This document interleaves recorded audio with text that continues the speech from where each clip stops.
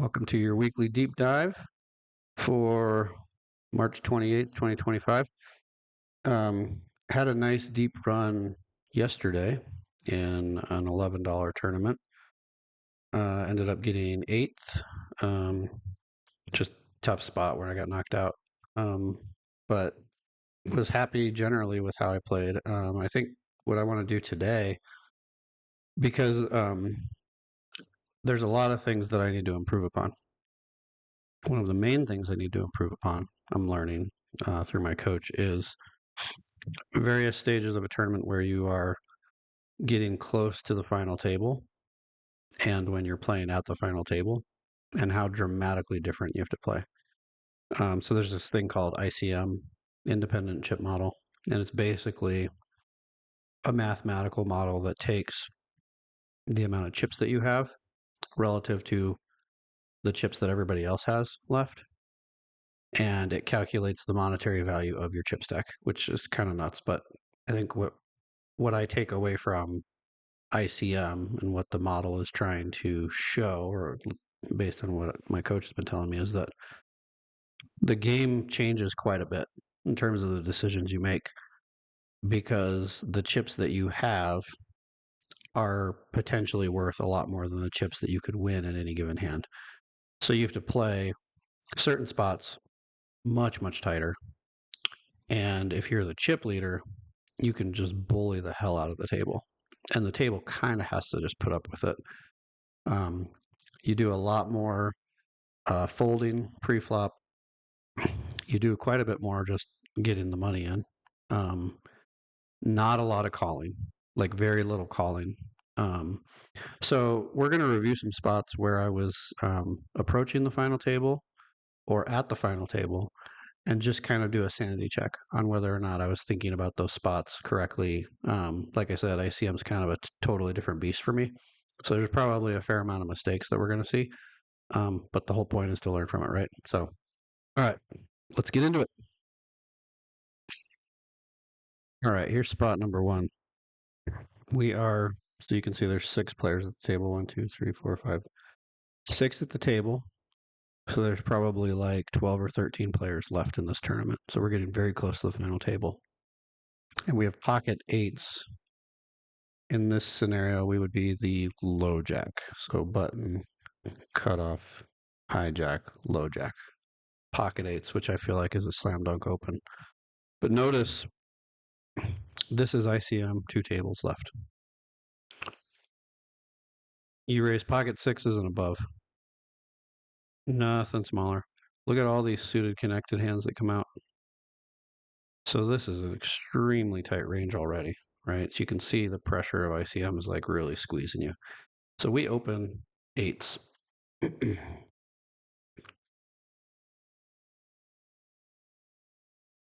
then the small blind raises. And I wasn't sure if I'm just supposed to fold this pre-flop, honestly. Maybe that sounds nuts. But look at their raising range. Okay, so they do some bluffs with some suited aces, which I doubt most players are finding. Some offsuit aces at a small percentage. But then it's all Broadway stuff, big pairs Broadway stuff. So, you know, we're not in great shape. We do have the benefit of being in position after the flop. But let's see what eights are supposed to do. So look at this. Rip City. No calls. We can call 5% of the time we call, but let's be realistic. We're not actually doing that. So the decision is all in or fold, mostly all in. So I screwed this spot up because I called. And now we're in deep doo-doo. Especially when that happens. Yeah, we could hit a 10. But well, let's set this up real quick. So there's 0.75 in the pot. Small blind has 21 big blinds, and we have 21 big blinds. All right. Let's see what GTO Wizard likes us to do. My guess is we're just ditching this hand after the small blind bets. Maybe not. We don't have a diamond. It'd be nice to have a diamond. So this is such a trip. The small blind is either supposed to check or go all in. Wild. This is so much different from just regular old, you know, not a ton of pressure, um, ICM wise. So like GTO Wizard's like not even gonna know how to do this. So I gotta manufacture this bet. So 3.2 bigs. Which like that's a standard bet in non ICM situations is bet 25%, right? Pocket eights. Pocket eights it wants me to stick around with. So I got myself in a spot post flop that I didn't understand, and then this board scared me, and I just ditched it. I just folded. Just like let's keep our stack. Obviously was wrong, but that was my thinking at the time. So I'm going to mark this for review with my coach because I want to make sure I understand how to just think about these spots when I run into them again. Okay, pretty hand, pretty hand. 1, 2, 3, 4, 5 people left at the table.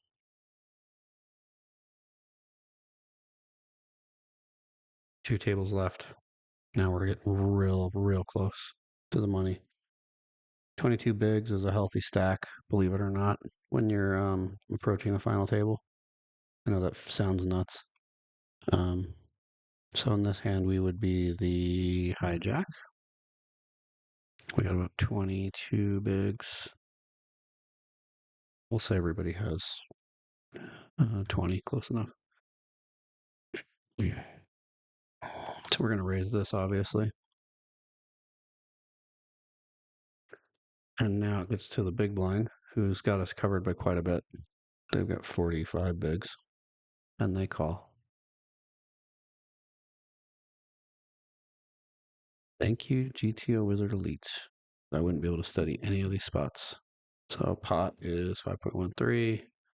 Big blind has 42. We have 20. Okay. 8, 10, 6. That is a horrific board. Horrific. Freaking monotones, just wet as hell, connected, like gross. Gross. Big blind is supposed to check a fair amount, and they do. Now I think we're checking quite a bit. That's such a disgusting board. I can't imagine we're betting that much. And yeah, we're checking 60% of the time. Ace queen suited if we have even if we have spades. Look at that. If we flopped the nut straight or the nut flush, we check. That's so savage. But obviously we're going to check this combination. I say that's obvious. It should be obvious. They have a lot of stuff as the big blind caller that connects with this board. The fact that it's all one suit is really bad. We don't have any of that suit. That's also really bad. So he's got to be cautious. 3 of hearts. Brick City. See if the big blind gets creative yet. Yep, here they come. So now they're going to start betting. And they bet pretty big. What is that? Half pot, roughly? No. What am I talking about? That's like 2/3 pot. I need to work on my math.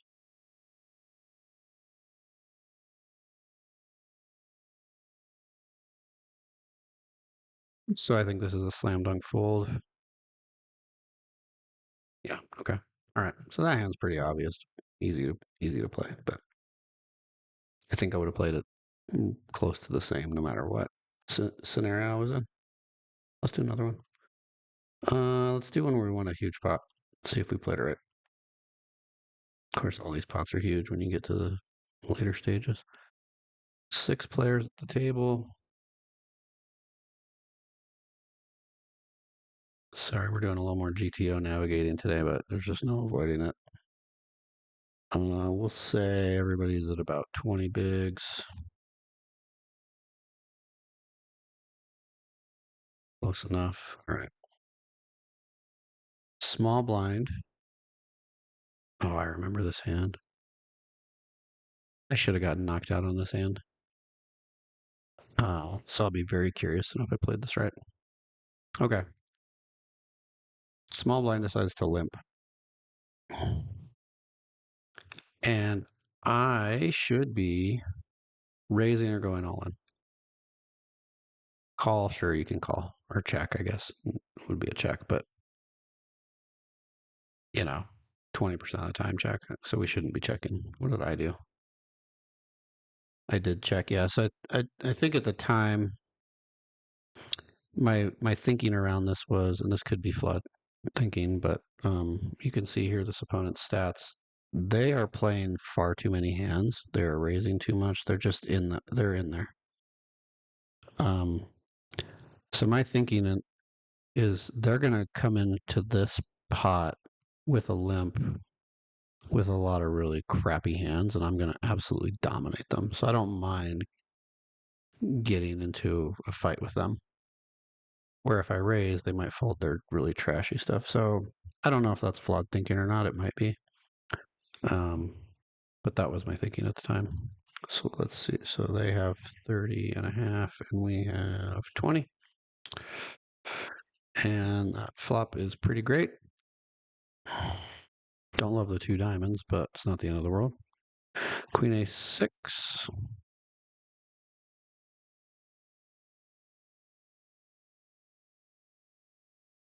Small blind could bet. That's surprising. That's really surprising. But I guess because it went call check, they don't have to worry as much about me having the aces and the queens or Broadway stuff that hits that board. So they decide to bet. And I have ace high, and I'm feeling pretty damn good about that. So I think this is going to be mistake number one. I decided to raise. My thinking at the time was if they have a diamond, one diamond, or two diamonds, you ain't getting additional cards for free. If you have a worse ace or you have a queen, it's going to be really hard for you to fold to a raise. Again, not the correct play.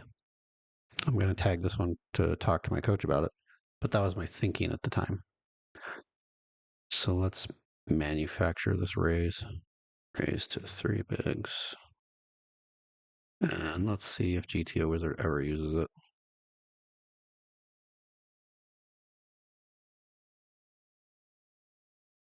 Not with this hand.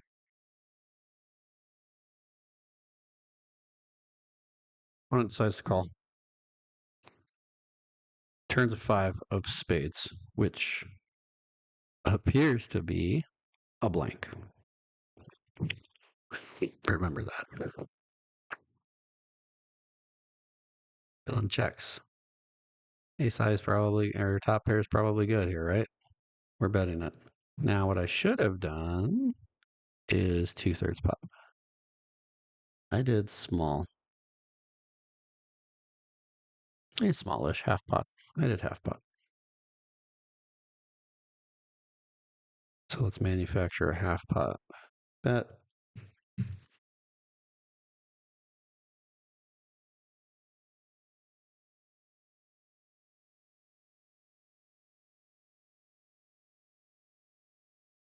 Which GTO Wizard would not use with our hand. I did that because if you notice, again, I'm explaining the reason why I did something, even though GTO Wizard's telling us it is wrong. So keep that in mind.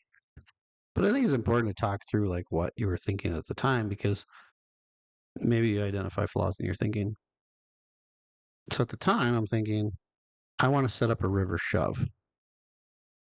If a diamond doesn't hit, what else am I worried about? Maybe I'd be a little worried if another like a six or a queen came off. I might be a little worried. A diamond, I'd be a little worried. But otherwise, I think I'm in great shape. So that's why I did it. Now our villain decides to go all in.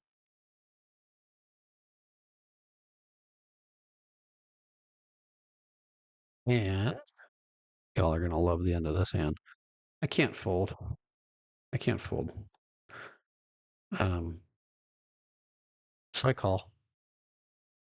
And they ended up having queen five of hearts. So I'm toast, right? I need an ace, a six, a 10, a queen. Binkies! And I take a huge, huge stack. And now we're in really good shape going toward the final table. So sometimes you just got to get lucky. I don't think they're supposed to be playing queen five to a raise. Maybe they are. Maybe they are on the flop. I don't know. I'm curious now. Let's look. Let's go back.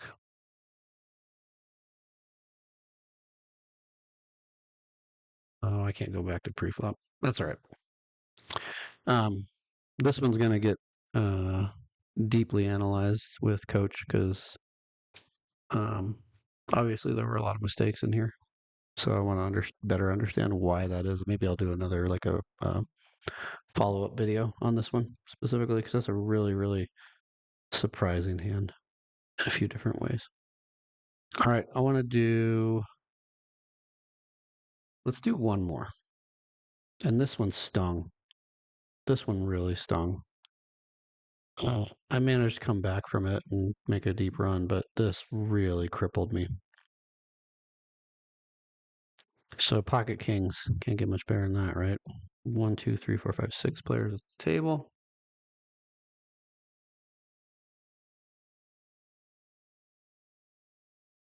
So dollar signs flashing across my face when I see this hand.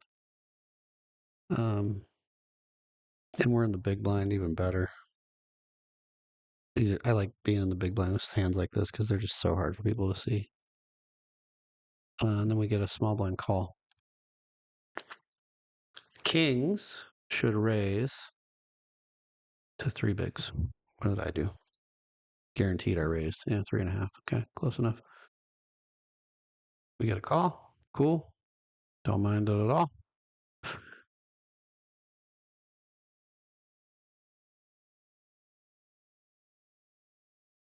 $7.75 in the pot. 18.5 chips for our buddy. 32 for us. And we don't mind this flop either. Jack, 6, Queen, Rainbow. And at this moment, we're thinking, please have a jack, please have a queen, please have a jack, please have a queen. Opponent's going to check. Green light, put money in. How much? Small, 25%. Which is, yeah, we did a little more than that. We did like 33. So I'm noticing my bet sizing is a little off. In this situation, I'm betting too big. In other situations, I was betting too small. So we'll have to study that. So we bet our kings, and our friend decides to call. Please have a queen. Please have a jack. Please have a queen. Please have a jack. I want all your chips. 6 of clubs. Perfect. Perfect. Could have a 6. Probably pretty rare. Could have a 6. Check again. Villain checks again. Green light betting again. Yep. Betting half pot ish. I went small. And again, recognizing that is the wrong decision.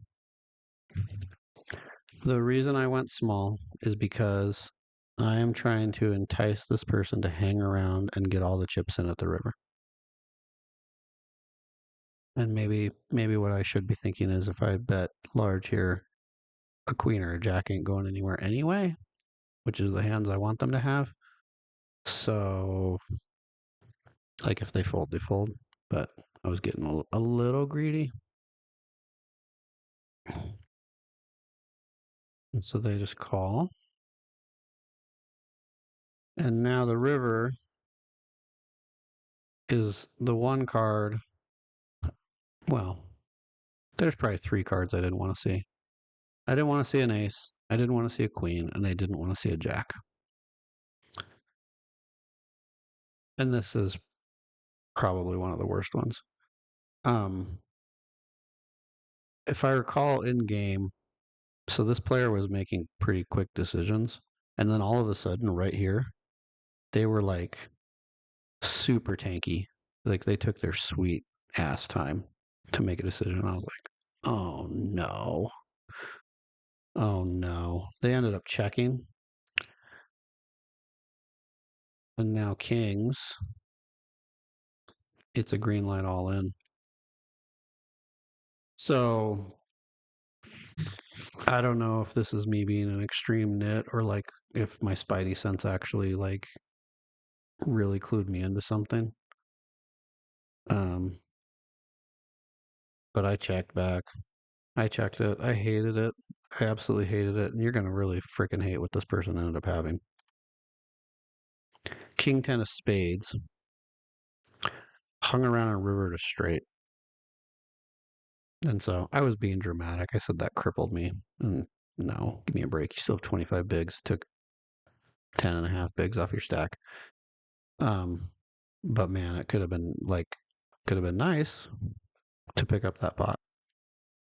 But again, like ICM's a trip because I feel like if we were playing just like regular, what they call chip EV, that was pretty standard with kings, what I was doing. But obviously, I got a lot to learn about what I should be doing in ICM. So much more studying to come.